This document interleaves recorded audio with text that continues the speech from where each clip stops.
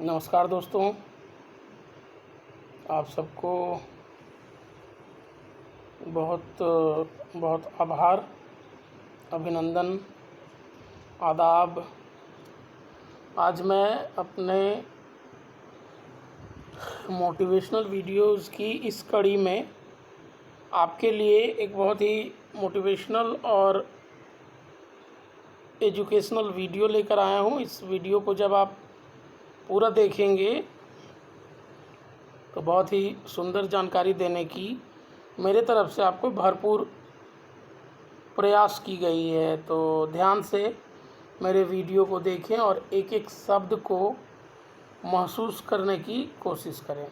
मैं हूं आपका होस्ट और दोस्त आनंद गोपाल सिंह। तो चलिए आज इस वीडियो को शुरू करते हैं। मेरे पहले वीडियो का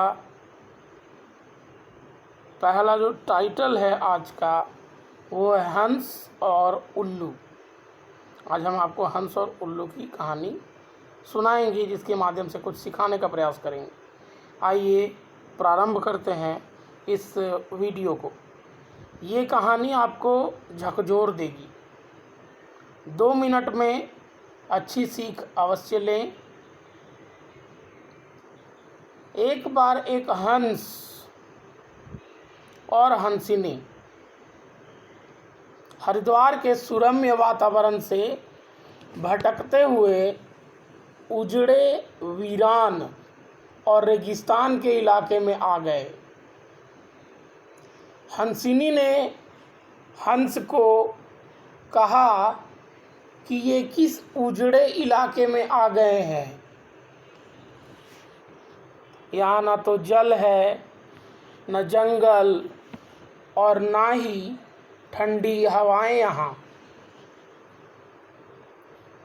तो हमारा जीना मुश्किल हो जाएगा। भटकते भटकते शाम हो गई तो हंस ने हंसिनी से कहा कि किसी तरह आज की रात बिता लो, सुबह हम लोग फिर से वापस हरिद्वार चले जाएंगे। रात हुई तो जिस पेड़ के नीचे हंस और हंसिनी रुके थे, उस पर एक उल्लू बैठा था। वह जोर से चिल्लाने लगा। हंसिनी ने हंस से कहा, यहाँ तो रात में सो भी नहीं सकते, ये उल्लू चिल्ला रहा है। हंस ने फिर हंसिनी को समझाया कि किसी तरह रात काट लो। मुझे अब समझ में आ गया कि ये इलाका वीरान क्यों है। ऐसे उल्लू जिस इलाके में रहेंगे वो तो वीरान और उजड़ा रहेगा ही। पेड़ पर बैठा उल्लू दोनों की बातें सुन रहा था।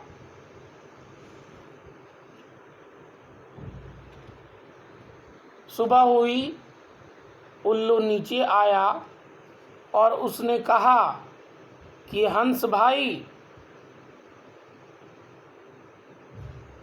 मेरी वजह से रात्रि में जो आपको कष्ट हुआ है, जो दुख हुआ है, उसके लिए मैं क्षमा प्रार्थी हूँ। हंस ने कहा, कोई बात नहीं भैया, आपका धन्यवाद। यह कहकर जैसे ही हंस अपनी हंसनी को लेकर आगे बढ़ा, पीछे से उल्लू चिल्लाया, अरे हंस, मेरी पत्नी को लेकर कहाँ जा रहे हो? हंस चौंका। उसने कहा, आपकी पत्नी? अरे भाई, यह हंसनी है, मेरी पत्नी है, मेरे साथ आई थी, मेरे साथ जा रही है। उल्लू ने कहा, खामोश रहो, खामोश रहो, यह मेरी पत्नी है।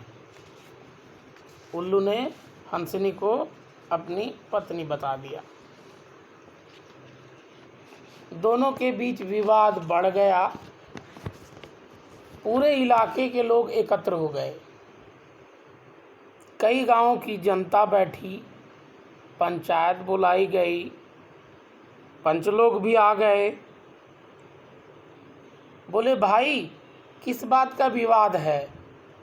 लोगों ने बताया कि उल्लू कह रहा है कि हंसिनी उसकी पत्नी है और हंस कह रहा है कि हंसिनी उसकी पत्नी है।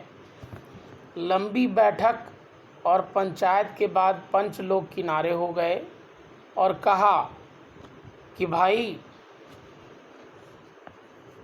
ये बात तो सही है कि हंसिनी हंस की पत्नी है, लेकिन ये हंस और हंसिनी तो अभी थोड़ी देर में ही यहाँ से इस गांव से चले जाएंगे। हमारे साथ यही उल्लू रहेगा जीवन भर। रहना हमें इसी के साथ है, इसलिए फैसला उल्लू के हक में ही जाना चाहिए। हमें फैसला उल्लू के हक में ही सुनाना चाहिए।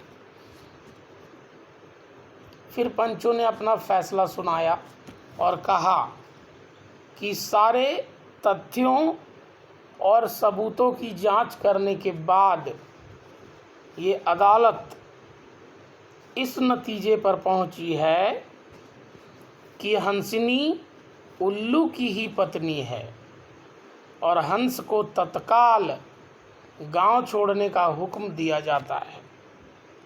सारे सबूतों और गवाहों के मद्देनज़र ये पंचायत इस फैसले पर पहुंची है कि हंसिनी उल्लू की ही पत्नी है और हंस को तत्काल इस गांव को छोड़कर जाने का निर्देश यह पंचायत देती है। यह सुनते ही हंस हैरान हो गया और रोने चीखने और चिल्लाने लगा कि पंचायत ने गलत फैसला सुनाया, उल्लू ने मेरी पत्नी ले ली। रोते चीखते चिल्लाते वह आगे बढ़ने लगा तो उल्लू ने आवाज़ लगाई, ए मित्र हंस रुको। हंस ने रोते हुए कहा कि भैया अब क्या करने का इरादा है? पत्नी तो तुमने ले ही ली, अब क्या जान भी लोगे? उल्लू ने कहा, नहीं मित्र, ये हंसिनी आपकी पत्नी थी, है और हमेशा रहेगी। लेकिन कल रात जब मैं चिल्ला रहा था तो आपने अपनी पत्नी से कहा था कि यह इलाका उजड़ा और वीरान इसलिए है क्योंकि यहाँ एक उल्लू रहता है। मित्र, ये इलाका उजड़ा और वीरान इसलिए नहीं कि यहाँ एक उल्लू रहता है, यह इलाका उजड़ा और वीरान इसलिए है क्योंकि यहाँ पर ऐसे पंच रहते हैं जो उल्लुओं के पक्ष में फैसला सुनाते हैं, उल्लुओं के हक में फैसला सुनाते हैं। शायद इतने साल की आज़ादी के बाद भी हमारे देश की दुर्दशा का मूल कारण यही है कि हमने उम्मीदवार की योग्यता व गुण आदि न देखते हुए, ये हमारी बिरादरी का है, हमारी पार्टी का है, हमारी जाति का है, ये हमारे एरिया का है के आधार पर हमेशा बिरादरी के आधार पर, जाति के आधार पर, धर्म के आधार पर अपना फैसला उल्लुओं के पक्ष में ही सुनाया है। देश की बदहाली और दुर्दशा के लिए जितने हमारे करप्ट नेता दोषी हैं, उससे कहीं दोषी हम भी हैं। कहानी अच्छी लगी हो तो आगे शेयर करें तो मेहरबानी होगी। ये कहानी है हमारे पूरे भारत देश की। आज पूरा चुनाव का अधिकार लोकतांत्रिक साम्राज्य में हमारा है।